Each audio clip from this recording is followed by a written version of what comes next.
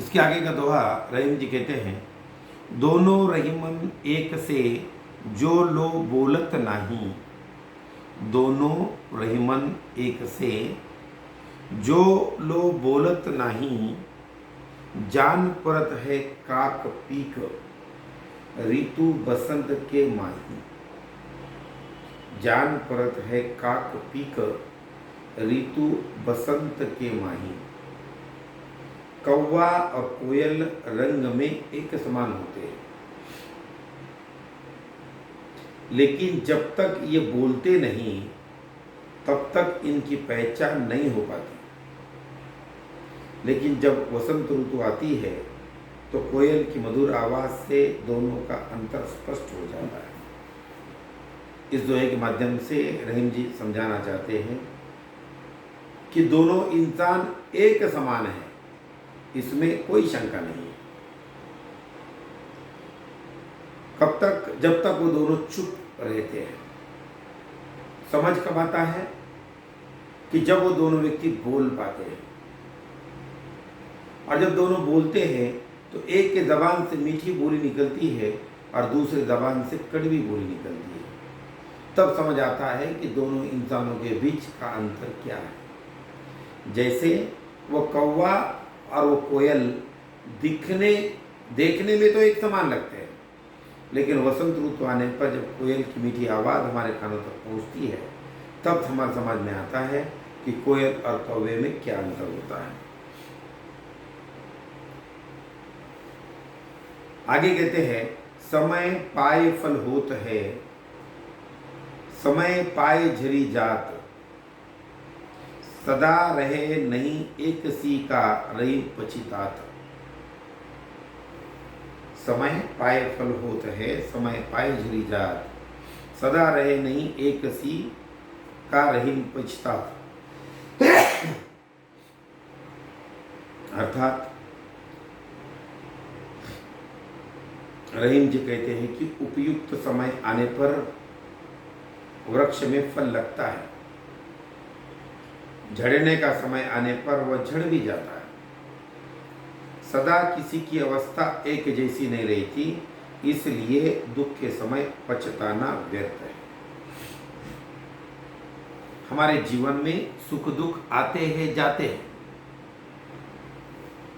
उसके लिए पछताने की आवश्यकता नहीं। जैसे पेड़ पौधों को फल आते हैं जाते हैं, उससे कोई फर्क नहीं पड़ता। उसी प्रकार ये हमारे जीवन में दुख आया है वो एक न एक दिन निकल ही जाने वाला है, इसलिए पछताने का हमारे जीवन में कोई फायदा नहीं। रूठे सुजन मनाइए जो रूठे 100 बार, रूठे सुजन मनाइए जो रूठे 100 बार, रहीमन फिरी फिरी कोइए टूटे मुक्ता हार। अर्थात यदि आपका प्रिय 100 बार भी रूठे तो भी रूठे हुए प्रिय को मनाना चाहिए, क्योंकि यदि मोतियों की माला टूट जाए तो उन मोतियों को बार बार धागे में पिरो लेना चाहिए। हमारा कोई व्यक्ति अगर प्रियजन है, हम जिस व्यक्ति को चाहते हैं उस व्यक्ति को हमने बार बार मना लेना चाहिए। अगर वह हमसे रूठा है तो उसे मना लेना चाहिए, क्योंकि मोतियों का हार भी अगर एक बार टूट जाता है तो उसे भी हम 100 बार पिरोते हैं, उसे भी जोड़ लेते हैं, क्योंकि उसका हमारे जीवन में उतना महत्व होता है। इसलिए कोई दोस्त, कोई रिश्तेदार, कोई प्रिय मित्र अगर हमसे रूठ जाता है तो उसे मनाने में ही हमारी भलाई होती है। ऐसा रहीम जी यहाँ पर बताते हैं। निज कर क्रिया रहीम, निज कर क्रिया रहीम, कहीं सीधी भावी के हाथ, पासे अपने हाथ में दाव न अपने हाथ। अर्थात रहीम कहते हैं कि अपने हाथ में तो केवल कर्म करना होता है, सिद्धि तो भाग्य से ही मिलती है। जैसे चौपड़ खेलते समय पासे तो अपने हाथ में रहते हैं, पर दाव क्या आएगा यह अपने हाथ में नहीं होता है। सभी संत कहते हैं कि कर्मों का फल भगवान देता है। पर कर्म करना हमारे हाथ होता है। फल मिले न मिले, फल भगवान दे न दे, वो हमारे हाथ की बात नहीं है। जिस प्रकार से चौपड़ के खेल में जैसे हम पासे फेंकते हैं, तो रहीम कहते हैं पासे फेंकना तो हमारे हाथ में है, लेकिन दांव क्या गिरेगा ये वह पासे ही जानते हैं, यह वह भाग्य ही जानता है, यह वह ईश्वर ही जानता है। इसलिए पासे तो हम फेंकते हैं, वो दांव गिरना न गिरना भगवान पर छोड़ दे, हमारे भाग्य पर छोड़ दे। लेकिन उसी प्रकार हम कर्म करते रहे, उन कर्मों का फल क्या देना है, वो कर्म का फल क्या मिलेगा, भगवान वो कर्मों का फल हमें क्या देगा, इसके बारे में हमने सोचना छोड़ देना चाहिए। क्योंकि भगवान सही कर्मों का फल अच्छा ही देता है, ऐसा ही सभी संत कहते हैं जिन्हें भगवान का साक्षात्कार हो चुका है। अगर हमारे कर्म गलत है, अगर हमारे जीवन के कार्य गलत है, अगर हम किसी का गलत सोचते हैं, अगर हम किसी का गलत करते हैं, अगर हम किसी के जीवन में बाधा डालते हैं, किसी के जीवन में समस्याएं लाते हैं, तो हमारे जीवन में भी अवश्य समस्या आती है, हमारे कर्मों का फल बुरा ही हमें मिलता है। ऐसा रहीम जी और सभी संत यहाँ पर कहना चाहते हैं। बानी ऐसी बोलिए मन का आपा खोए, बानी ऐसी बोलिए मन का आपा खोए, औरन को शीतल करे आप हु शीतल होए। अर्थात अपने अंदर के अहंकार को निकालकर ऐसी बात करनी चाहिए जिसे सुनकर दूसरों को और खुद को खुशी हो। हम जब किसी के साथ बात करते हैं तो हमारे मन में कोई अहंकार रखकर हम बात न करें, क्योंकि हम अगर अपने मन में अहंकार रखकर बात करते हैं तो हम दूसरे के मन को खुशी नहीं दे पाते।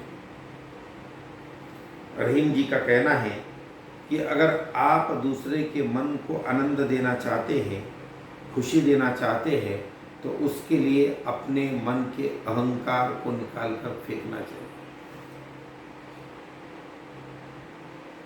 जैसे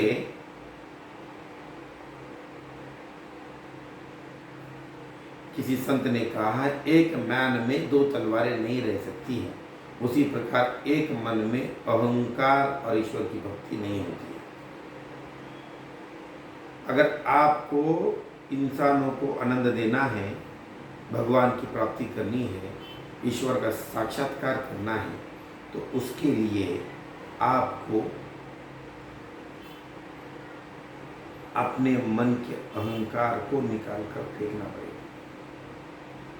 और जब तक आप अपने मन के अहंकार का त्याग नहीं करते, तब तक आप दूसरे को आनंद नहीं दे सकते।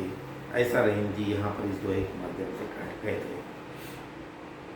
खीरा सीरते काटी के मलियत लौन लगाए, खीरा सीरते काटी के मलियत लौन लगाए, रहीमन करुए मुखन को चाहिए यही सजाए।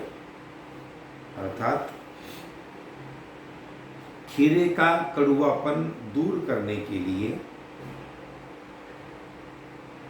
खीरे का कड़ुआपन दूर करने के लिए उसके ऊपरी सिरे को काटने के बाद नमक लगाकर घिसा जाता है।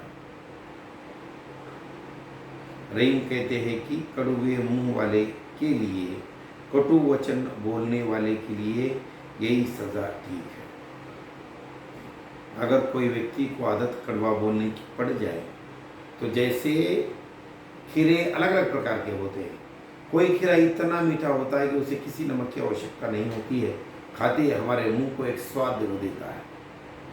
लेकिन कोई खीरे कड़वे होते हैं, तो उन कड़वे खीरों को मीठा बनाने के लिए उनके ऊपर के परत को पूरी तरह से छील कर निकालना पड़ता है और उसके ऊपर नमक को घिसड़ना पड़ता है, तब कहीं जाकर उसका कड़वापन दूर होकर मिठास आती है। तो कड़वे बोलने वाले व्यक्ति के लिए भी यही सजा होनी चाहिए ऐसा रहीम जी इस दोहे के माध्यम से कहते हैं।